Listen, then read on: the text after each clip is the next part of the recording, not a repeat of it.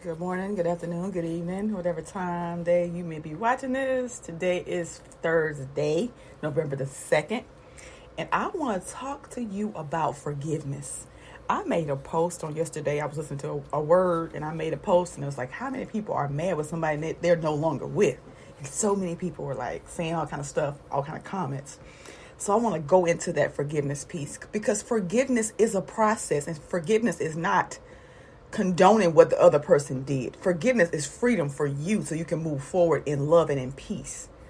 A lot of times when we don't forgive, it could lead to resentment, okay? When you resent people, it's often because they didn't live up to the expectation that we had in our minds. Resentment in some ways is like projected regret. Instead of trying to show us what instead of trying to show us what we should change, it seems to tell us that other people should change. However, other people are under no obligation to live up to our ideas of them. Other people are under no obligation to live up to our ideas of them. In fact, our only problem is that we have an unrealistic expectation that someone was supposed to be as we expected them to be or should have loved us exactly the way we imagined they would. And when we're faced with the resentment, what we instead must do is reinvent our image of those around us and those we have perceived that have wronged us. Other people aren't here to love us perfectly. They're here to teach us lessons, to show us how to love ourselves and them better. When we release the ideas about who they should be, we can see them for who they are and the role they're meant to play in our lives. I know that was a lot. We cannot control what another person does, right? We cannot change another person. So there's this, I want to go into this podcast I was listening to yesterday, and I meant to get an onion because forgiveness is like an onion. It's layers and layers. And some people maybe just to the skin, like the little brown little thin little piece around it. Some people may be right there, right? It's layers and layers. Stuff is going to consistently come up. And we have to forgive. I got to forgive for this. I need to forgive for that. I need to forgive for this. Oh my God, I thought I was done with this. And it's like you're never done with it. It's for process. Honesty isn't based on our perception of what is going on. Honesty is not based on our perception of what's going on. The minute you make somebody wrong, they're going to be on the defensive, right? If you shift everything, this is my phrase of the day, right? That I got from this podcast yesterday. If you shift everything, let me see. Okay, so let me just rewind it. It's always about you. When you shift, everything around you shifts. It's always been about you. When you shift, everything around you shifts. The discord will continue until you handle your business. Your position determines your perspective. Okay?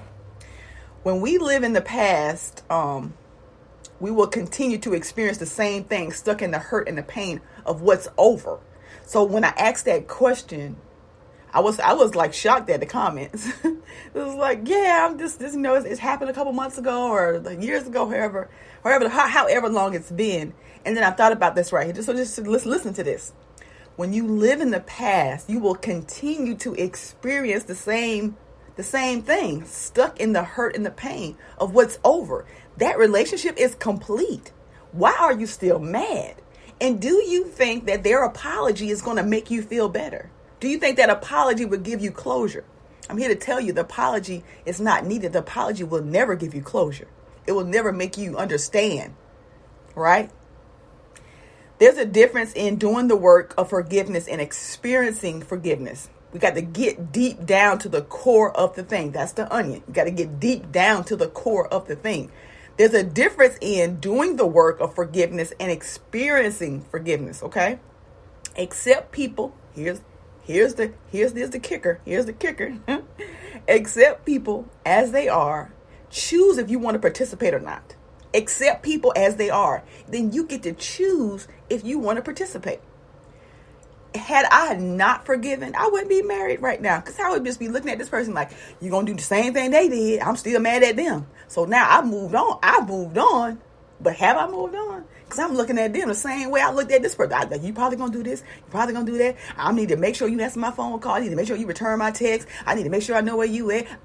I am projecting what the last person did on this person. When you don't heal, that's what's going to happen, right? So I get to choose. And my sister asked me this question. She's like, well, how did you know he was the one? I did my work. Like, I had to do my work and not expect people to be what I needed them to be. I get to choose, right? I see how they are, and I get to choose if I want to participate in how they treat me and how they loving me and who they are. I get to choose. We're always at choice. We're always at choice. That's why when people, they're always talking about what somebody did and da da da da, and it's like, but you chose this person. I chose these people. I had to stop beating them up, and I had to start looking at myself in the mirror, because I was making these unhealthy picks. So I had to look at me, right? I had to stop expecting them from me. I had to stop thinking that I could change and fix people and build them into what I wanted them to be. No. I get to see who they are and choose whether or not I want to participate in this experience. We all have like these hard drives. A hard drive is like things that we have just learned, from childhood. And some of the stuff in our hard drives is no longer beneficial for us. So I had to look at all that stuff. I had to do the deep work. And these are some questions that you can ask yourself. What is my position? Am I being self-righteous? Right? What is my position? Am I being self-righteous? Am I thinking that self-righteous? Am I thinking that this is the way, this is my way, and if everybody else don't see it this way, then it's a problem? No. It doesn't work like that. So here are some steps. Here are some tips, some steps to consider. Acknowledge your emotions. Recognize and accept your feelings of anger or resentment. Talked about resentment. It's normal to feel this way after a breakup. Self-reflection. Reflect on the reason behind your anger. Is it related to the past conflicts, unmet expectations, or a sense of betrayal? Understanding the source of your emotions can help you address them. Then we want to express the feelings in a healthy and constructive way to express find a healthy and constructive way to express your anger. This might involve in talking to a trusted friend or writing in a journal. Practice forgiveness. Forgiveness is a powerful tool for letting go of anger. It doesn't mean you're condoning the person's behavior. Nevertheless, releasing the hold their actions have on your emotions. Okay. Then self-care. Prioritize self-care to nurture your physical and emotional well-being. Limit contact if possible. If possible, reduce or eliminate the contact with the person who is the source of the anger. This can create a space for healing. Okay. Seek closure. If unresolved issues contribute to your anger, consider seeking closure through honest and respectful communication with the other person if they are willing to participate, okay? This may be a conversation or simply writing a letter for your own clarity. And maybe you just write that letter and throw it away. Maybe you don't have to give it to that person. Also, focus on the future. Redirect your energy towards your own personal growth and future goals. Setting new objectives can help you move forward. Learn from the experience. Reflect on what you've learned from the past, the relationship. Identify areas of personal growth and improvement based on your experiences. Next, last but not least, professional help. If you find it challenging to manage your anger, it is significantly affecting your life, consider seeking assistance from a therapist or a counselor or a coach. Remember that healing and moving forward takes time. Be patient with yourself and allow the process to unfold naturally. It is a journey of self-discovery and emotional growth. So it's all you. It's all you doing the work. It's all you. It's not them. It's you. All right. You got to do your work. It all starts with us. All right. Because when you change, everything else changes around you. And I'm telling you what I know. I wouldn't be able to pick better had I not forgiveness for freedom. Right. Then I get to look at people with a different set of eyes. This is how this person is. Can I change them? No. Is that my job? No.